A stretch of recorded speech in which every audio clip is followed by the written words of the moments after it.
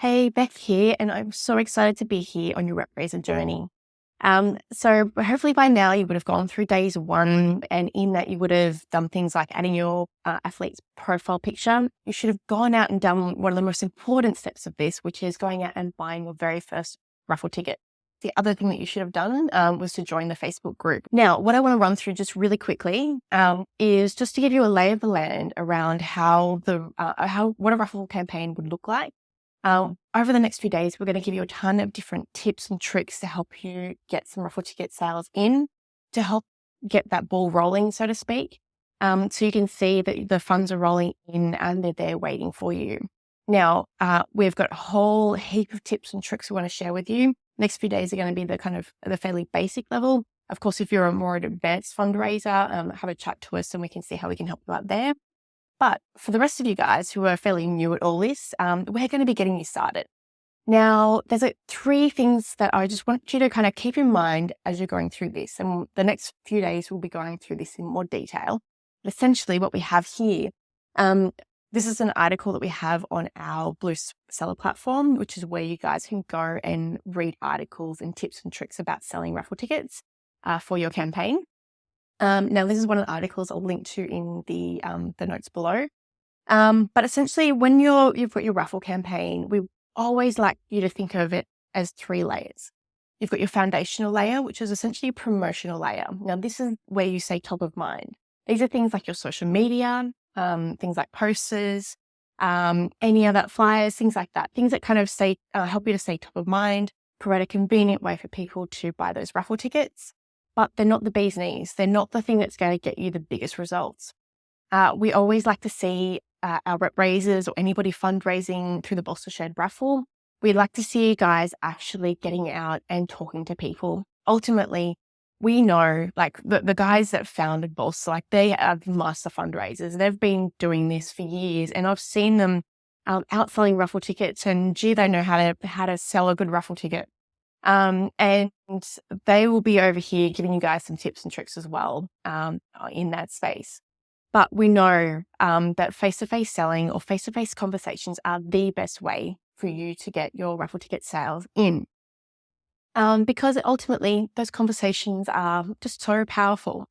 And they don't need to be awkward. And this is where one of the things that you'll be doing today is reaching out to some of your close contacts. And I'll come back to that one in a minute. That's an important one because ultimately the people who will be supporting your raffle are going to be your family, your friends, your network, the people who know you, the people who love you, the people who want to hear about your day and the ups and downs and the things that are kind of going on for you and your family, including the wonderful things like your child being nominated to go and travel for their sport of choice.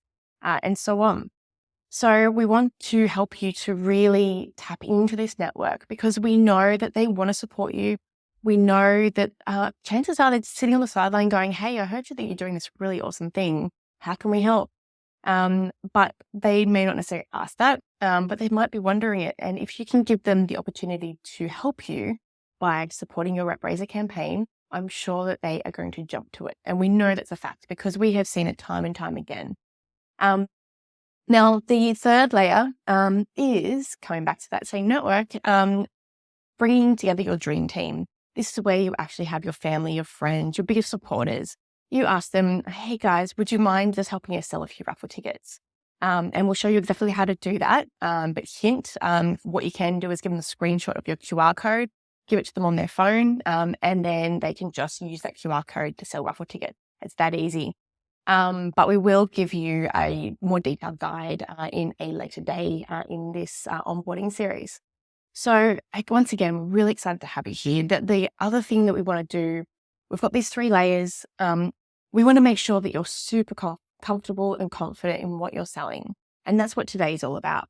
Today's session is about getting you comfortable, giving you the knowledge that you need, and also helping you to start to formulate how you're actually going to talk about the raffle to the people in your network. So the very first video that we've got in today's series is talking about the prizes, how we draw the winners, where the winners are announced, all of those kind of things. So make sure you watch that one. It's a short little video which will give you some background information that will be really helpful. that covers off the big 3 questions that people will ask you when you're selling your raffle tickets.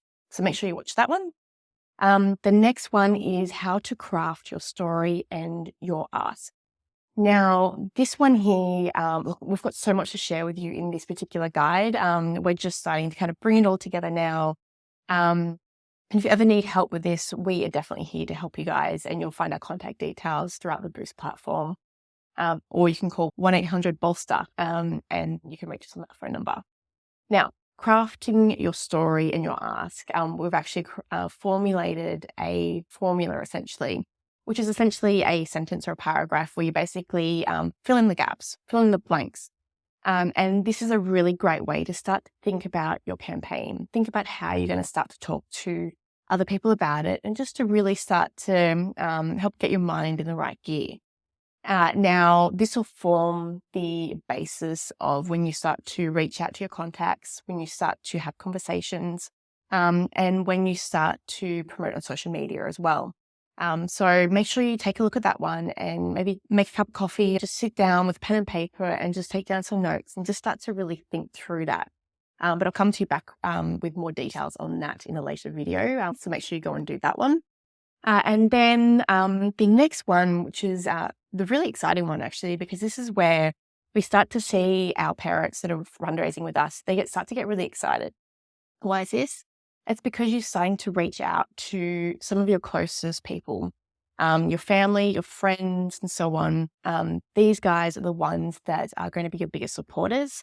So we always encourage you to reach out to your 5 closest people and just tell them what you're doing. Just give them an introduction to the campaign. Have a think about what you've worked on as far as like crafting your story and your ask, and you can kind of start to practice it. And when you do reach out to these 5 closest people, just remember it's a no pressure in this case. We just want to get you warmed up. Essentially, that's what you're going to be doing today. And I really encourage you to take the time. As I said, go and make a cup of coffee if you haven't got one already, cup of tea, a beer, whatever it is that floats your boat.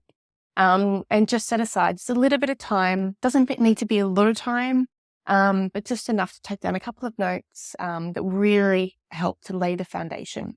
Ultimately, if you're serious about raising the funds that you need to raise, these are the things that are going to get you started.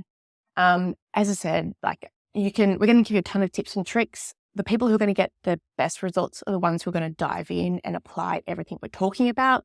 But even if you just try a little bit here and a little bit there, it's all going to help you in some way.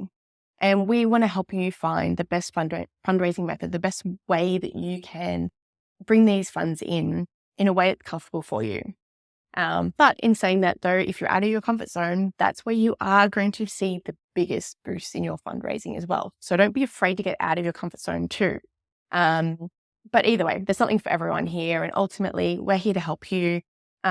Look, we're all parents here at Bolster, and we've all got kids, and we all know what it's like. We know how tough it can be being a parent, trying to juggle all the balls in the air. And ultimately, look, our vision, like we've spoken to so many parents who we've heard of them working multiple jobs trying to pay to cover the costs of their kids going through their sport rep programs. They want to do the best for their kids. And this ultimately is a way that hopefully, if you can learn these skills that we're going to be teaching over the next few days and start to practice it, this is just the beginning. Ultimately, the RepRaiser program is here to support you for the long term. We want to help you to really bring in the funds. We want to rally the troops, rally your supporters, and help you to raise those funds that you need to support your child, because we know ultimately that's what you're there to do.